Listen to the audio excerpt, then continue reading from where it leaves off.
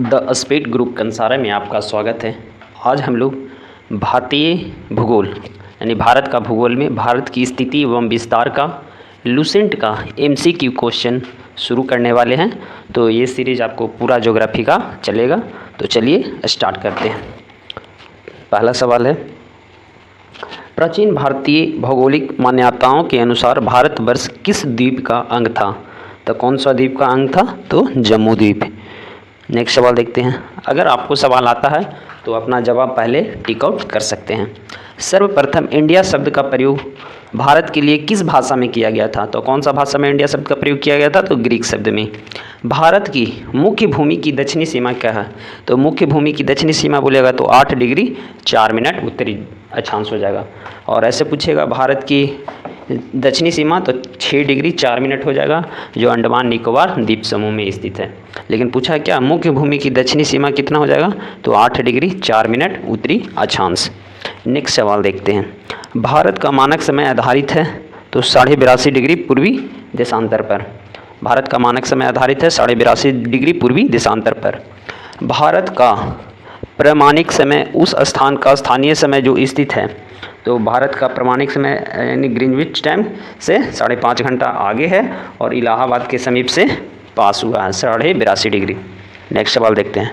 Indian standard times और Greenwich mean times में कितना का अंतर है? तो 5.5 घंटा का। नेक्स्ट सवाल, इंडियन स्टैंडर्ड टाइम्स और ग्रीनविच मीन टाइम्स में कितने का अंतर है? तो 5.5 घंटे का। भारत का ध्रुव दक्षिणी भाग भूमध्य रेखा से कितना दूरी पर है? तो 876 किलोमीटर। विषुवत रेखा से भारत कितना किलोमीटर आगे स्थित है? तो 876 किलोमीटर उत्तर में स्थित है। भारत की स्थलीय सीमा की लंबाई कितनी है? तो 15,200 किलोमीटर। भारत की स्थलीय सीमा की लंबाई कितना है? तो 15,200 किलोमीटर। नेक्स्ट सवाल देखते हैं।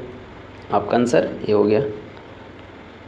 द्वीपों सहित भारत तट की कुल लंबाई कितना है? तो 7516 किलोमीटर, यानी कि 7516 किलोमीटर।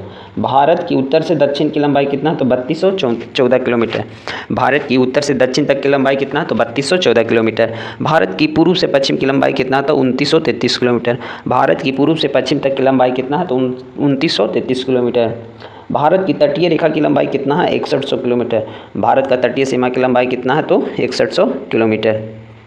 भारत का क्षेत्रफल विश्व के क्षेत्रफल का कुल कितना परसेंट है? तो 2.4%। कितना है? 2.4%। भारत का क्षेत्रफल विश्व के कुल क्षेत्रफल का कितना परसेंट है? तो 2.4% है। नेक्स्ट सवाल देखते हैं। भारत का कुल क्षेत्रफल का कितना प्रतिशत पर्वतीय क्षेत्र से के अंतर्गत आता है? तो पर्वतीय क्षेत्र कितना आ जाएगा? तो आपका आ जाएगा 10% के आसपास आता है। तो कितना हो जाएगा? 10.7% हो जाएगा। नेक्स्ट सवाल देखते हैं। संपूर्ण भारत के कितने प्रतिशत भूभाग पर पर्वत और पहाड़ियों का विस्तार पाया जाता है? तो 29.3%। संपूर्ण भारत के कितने प्रतिशत भूभाग पर पर्वत और पहाड़ियों का विस्तार पाया गया है? तो 29.3%। नेक्स्ट सवाल देखते हैं। संपूर्ण भारत के कितने प्रतिशत भूभाग पर पठार पाया जाता है? तो पठार पाया जाता है 18.6% पर। संपूर्ण भारत के कितने भूभाग पर पठार पाया जाता है? तो हो जाएगा 18.6 किलोमीटर, 18.6%। नेक्स्ट सवाल। संपूर्ण भारत के कितने भूभाग पर मैदान का विस्तृत है? तो मैदान का विस्तृत कितना है? तो 43%। कितना है? तो 43%। नेक्स्ट सवाल देखते हैं। भारत की प्रादेशिक जल सीमा समुद्र तट से कितने मील की दूरी तक है? भारत की प्रादेशिक जल सीमा समुद्र तट से कितने मील की दूरी पर है? तो 12 मील। कितना है? 12 मील। भारत के संलग्न क्षेत्र प्रादेशिक जल सीमा के आगे कितनी मील की दूरी तक है? तो 24 मील। भारत का संलग्न क्षेत्र प्रादेशिक जल सीमा के आगे कितनी समुद्री मील तक है? तो 24 मील। भारत का एकांतरिक आर्थिक क्षेत्र के संलग्न क्षेत्र के आगे कितनी समुद्री दूरी पर स्थित है? तो 200 मील। कितना है? तो 200 मील हो जाएगा। भारत का एकांतरिक आर्थिक क्षेत्र संलग्न क्षेत्र के आगे कितनी समुद्री मील की दूरी पर है? तो 200 मील। भारत में कितने राज्य समुद्र तट रेखा से लगते हैं? तो 9 राज्य हो जाएंगे।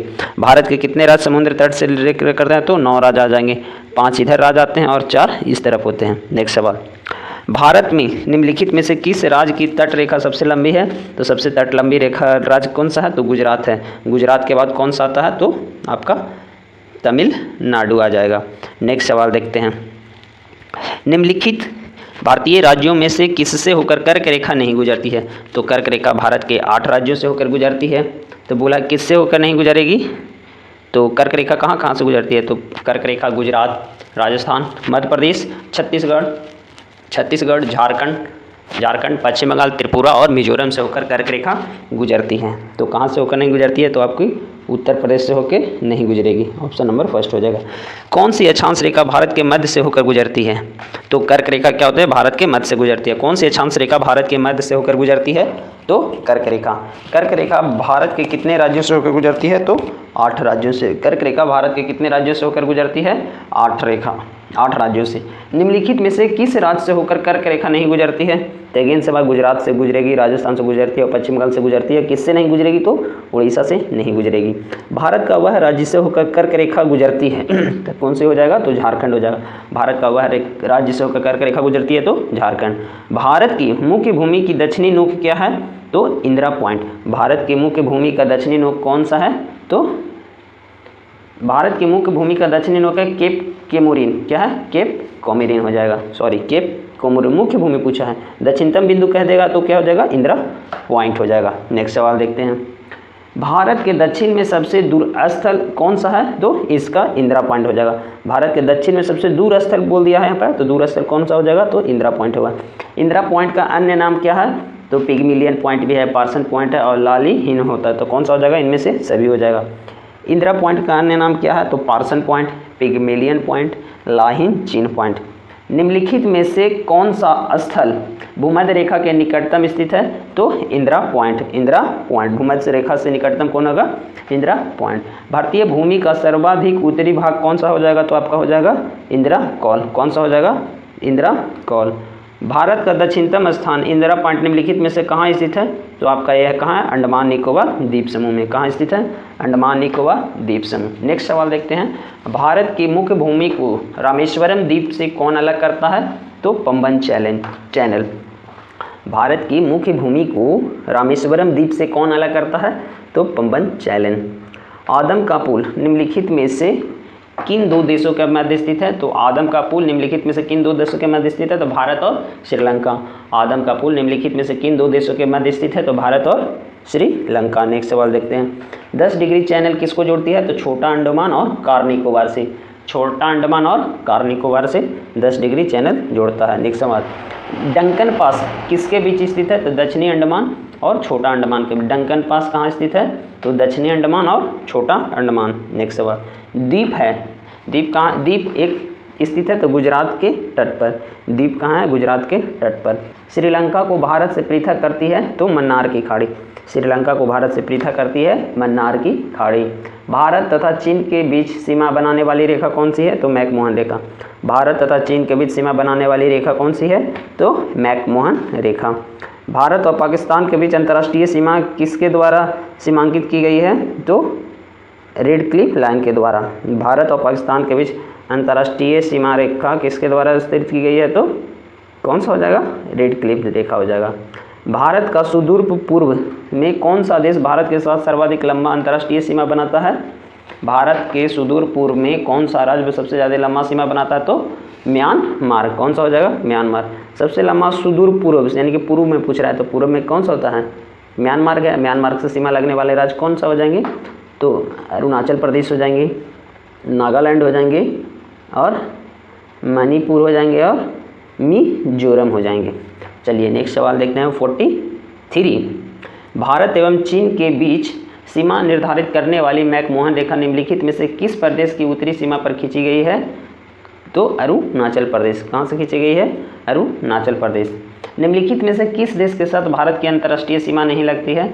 तो पाकिस्तान के साथ लगता है, बांग्लादेश के साथ लगेगा, भूटान के साथ लगेगा। इसके साथ अंतर्राष्ट्रीय सीमा नहीं लगता है। इसके साथ क्या लगता है? तो समुद्र के द्वारा पृथक होता है। निम्नलिखित में से कौन सा देश भारतीय उपमहाद्वीप के अंतर्गत शामिल नहीं किया जाता? तो श्रीलंका। निम्नलिखित में से कौन सा देश भारतीय उपमहाद्वीप के अंतर्गत शामिल नहीं किया जाता? तो श्रीलंका। इसे किस राज्य की समुद्र सीमा सबसे छोटा है? तो गोवा। किसका हो जाएगा? गोवा। निम्नलिखित में से कौन सा देश भारत के साथ सबसे लंबी स्थलीय सीमा बनाता? तो बांग्लादेश। सबसे छोटी स्थलीय सीमा भारत की किस देश के साथ है? तो अपना प्यारा नेपाल। और नेपाल ऐसे हो जाएगा क्या? अफगानिस्तान, लेकिन अफगानिस्तान ऑप्शन में नहीं है तो क्या हो गया? नेपाल हो गया। भारत को निम्नलिखित भौतिक प्रदेश में विभाजित किया जा सकता है। तो क्या, हिमालय हो गया, गंगा का मैदान हो गया, दक्षिण का पठार हो गया एवं राजस्थान का मैदान हो गया। 49 क्वेश्चन हो चुका है और नेक्स्ट सवाल देखते हैं 50 क्वेश्चन। भारत का कौन सा भू आकृतिक विभाग प्राचीनतम है? तो प्रायद्वीपीय पठार सबसे प्राचीनतम क्वेश्चन। यहाँ पर आपका थोड़ा मिटर गया, लिख देते हैं यहाँ पर। सबसे प्राचीनतम भूभाग यानी कि प्राचीनतम भूभाग कौन सा हो जाएगा? तो प्रायद्वीपीय पठार। तो आज बंद करते हैं, 50 क्वेश्चन हो गया और इसका 50 क्वेश्चन आप लोग के लिए कल डाल देंगे। 10 मिनट का वीडियो रहेगा, आप लोग एक बार ध्यान से सुन लीजिएगा, आपका रिवीजन हो जाएगा। और इस वीडियो में 2 बार दोहराया गया है।